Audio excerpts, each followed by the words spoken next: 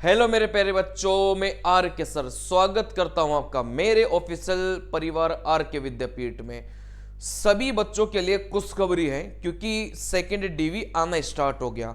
सभी जोन का अभी नहीं आया है, अभी सिर्फ आरआरबी अजमेर का सिर्फ सेकंड डीवी आया है, बाकी जोन का अभी सेकंड डीवी नहीं आया है। देखो यहां से मैं आपको बता देना चाहता हूं कि मैंने करीब 2 महीने पहले एक वीडियो बनाया था कि सेकंड डीवी इस बार के एलपी में जरूर रहेगा, ठीक है ना। तो कुछ बच्चों ने बोला भी था कि सर नहीं आएगा नहीं आएगा नहीं आएगा। देखो आप 2 महीने पहले का वीडियो देखना, इस चैनल पर जाके बस सर्च कर लेना आप, तो normally LP second DV R K Vidyapeeth बस इतना सर्च कर लेना, तो यहां से सबसे ऊपर मेरा वीडियो आपको मिलेगा, दूसरी लिस्ट आएगी। मैंने इस वीडियो में प्रूफ के साथ बताया था कि दूसरी लिस्ट आएगी, ठीक है ना, और आ भी गई। तो यहां पर जो भी बातें मैं आपको सामने लेकर आता हूं सारी बातें ऑथेंटिक होती हैं। मैं या तो वीडियोस बनाता ही नहीं हूं, अगर मैं बनाता हूं तो इसका मतलब उस चीज में 99% सच्चाई है। देखो मेरे प्यारे बच्चों, अभी सिर्फ अजमेर बोर्ड का सेकंड डीवी आया है। देखो यहां से सेकंड डीवी क्यों आया है, इसका कारण यह था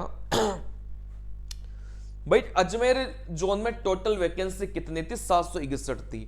अब रेलवे को पूरी 761 वैकेंसी भरनी थी, लेकिन वो भर नहीं पाए। क्यों? कुछ कारण रह गया होगा, बच्चे डिस्क्वालीफाई हो जाते हैं।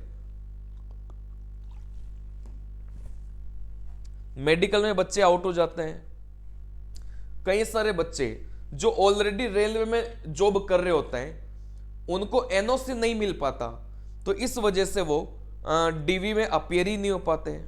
यही बात समझ में। जैसे मेरा खुद का एक स्टूडेंट है, वो टेक्नीशियन की जॉब ऑलरेडी कर रहा है, आरआरबी अजमेर से उस बच्चे का एलपी में सिलेक्शन हो गया, लेकिन वो डीवी करवाने नहीं गया, है ना, एनओसी उसको नहीं मिली। तो कहने का मतलब यह है कि ये वो बच्चे हैं जो या तो मेडिकल में फेल हो गए, या फिर एनओसी नहीं मिली, किसी गवर्नमेंट डिपार्टमेंट में ऑलरेडी काम कर रहे हैं, या फिर डॉक्यूमेंट में कोई ना कोई उनके गड़बड़ है। तो यहां से जो भी वैकेंसी बचती है उनके लिए सेकंड डीवी निकाला जाता है। चलिए, तो यहां से टोटल वैकेंसी 761 थी। पहली डीवी में 617 बच्चे पास हुए, मतलब 617 बच्चे तो ये बच्चे हैं जो पूरी तरीके से पास हो चुके हैं, मतलब ये बच्चे बिल्कुल नौकरी लग चुके हैं, 617 बच्चे। लेकिन रेलवे को 761 पद भरना है। अभी भी शेष कितने बचे हैं? अभी भी 144 पद शेष बचे हैं, ठीक है ना।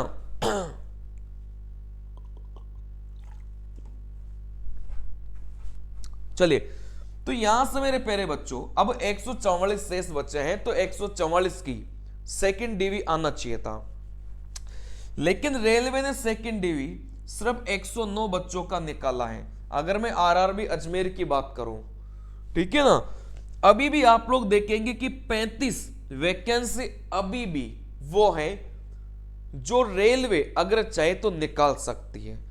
भाई 144 बची ना सीटें, टोटल 761 वैकेंसी है, 617 का पास हो चुके, 144 अभी भी बचा है। अब 144 में से 109 का तो सेकंड डीवी में नाम आ चुका है, लेकिन अभी भी 35 बच्चे वो हैं जिनको रेलवे चाहे तो उनका थर्ड डीवी करवा सकती है। तो बहुत ज्यादा चांसेज है कि इन बच्चों के लिए कौन सा डीवी आएगा बेटा, तीसरा डीवी आएगा, है ना, क्योंकि 109 में भी कई सारे बच्चे वो होंगे जो अपेयर नहीं होंगे, या फिर मेडिकली अनफिट हो जाएंगे, या फिर उनके पास डॉक्यूमेंट्स प्रॉपर नहीं होंगे, तो यहां से भी बच्चे आउट होंगे, प्लस 35 बच्चे।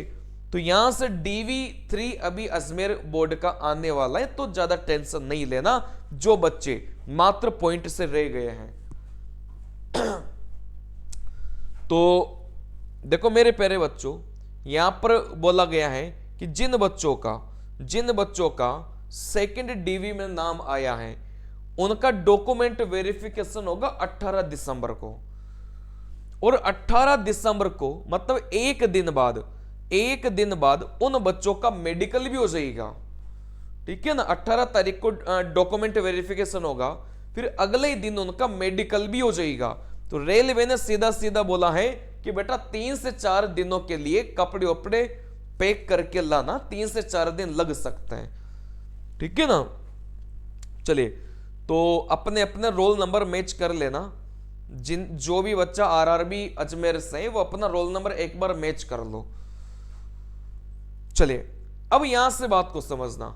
अब जो बच्चे इस सेकंड डीवी के लिए सिलेक्ट हुए हैं उनको कौन कौन से डॉक्यूमेंट है ना, कौन कौन से डॉक्यूमेंट उनको लेकर जाना है, कहां पर उनको अपने डॉक्यूमेंट अपलोड करना है, वो सारी चीजें मैं आप मेरे इस चैनल को खोल कर देखो, ठीक है ना।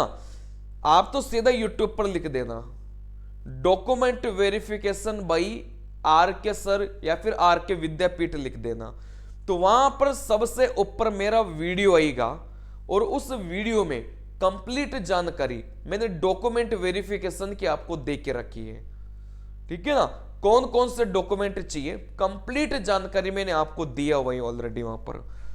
और ये जो वेबसाइट है, इस वेबसाइट पर आपको अपने डॉक्यूमेंट अपलोड करना है, आई बात समझ में। इस वेबसाइट पर आपको अपने डॉक्यूमेंट अपलोड करना है और उनकी हार्ड कॉपी आपको लेकर जाना है 18 तारीख को, आई बात समझ में।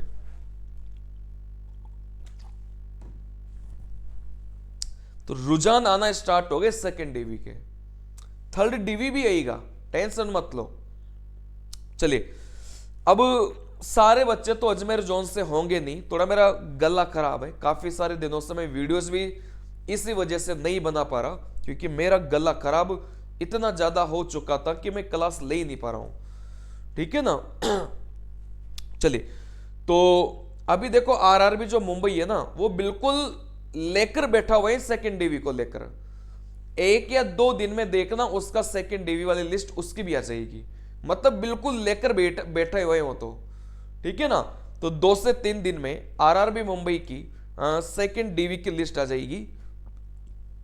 वैसे जितने भी जोन है ना, सभी की सेकेंड डीवी की लगभग लिस्ट आनी तय है। चलिए, तो आप मेरे टेलीग्राम पर जुड़ जाना, क्योंकि जैसे सेकेंड डीवी किसी भी जोन की आती है, हो सके आपको पता ही नहीं चले, सेकेंड डीवी आकर भी निकल जाए, ठीक है ना। तो आप टेलीग्राम पर जुड़ जाओ, वहां पर जिस भी जोन की सेकेंड डीवी की लिस्ट आएगी मैं तुरंत वहां पर क्या कर दूंगा, मेरे प्यारे बच्चों में अपडेट कर दूंगा। तो आप टेलीग्राम पर जुड़ ही जाना। जो भी बच्चे इस वीडियो को देख रहे हो और उनको लगता है कि सेकेंड डीवी में उन बच्चों का नाम आ सकता है, तो टेलीग्राम पर जुड़ जाओ। तुरंत प्रभाव से जैसे सेकेंड डीवी किसी भी जोन का आएगा ना, मैं तुरंत वहां पर अपडेट कर दूंगा।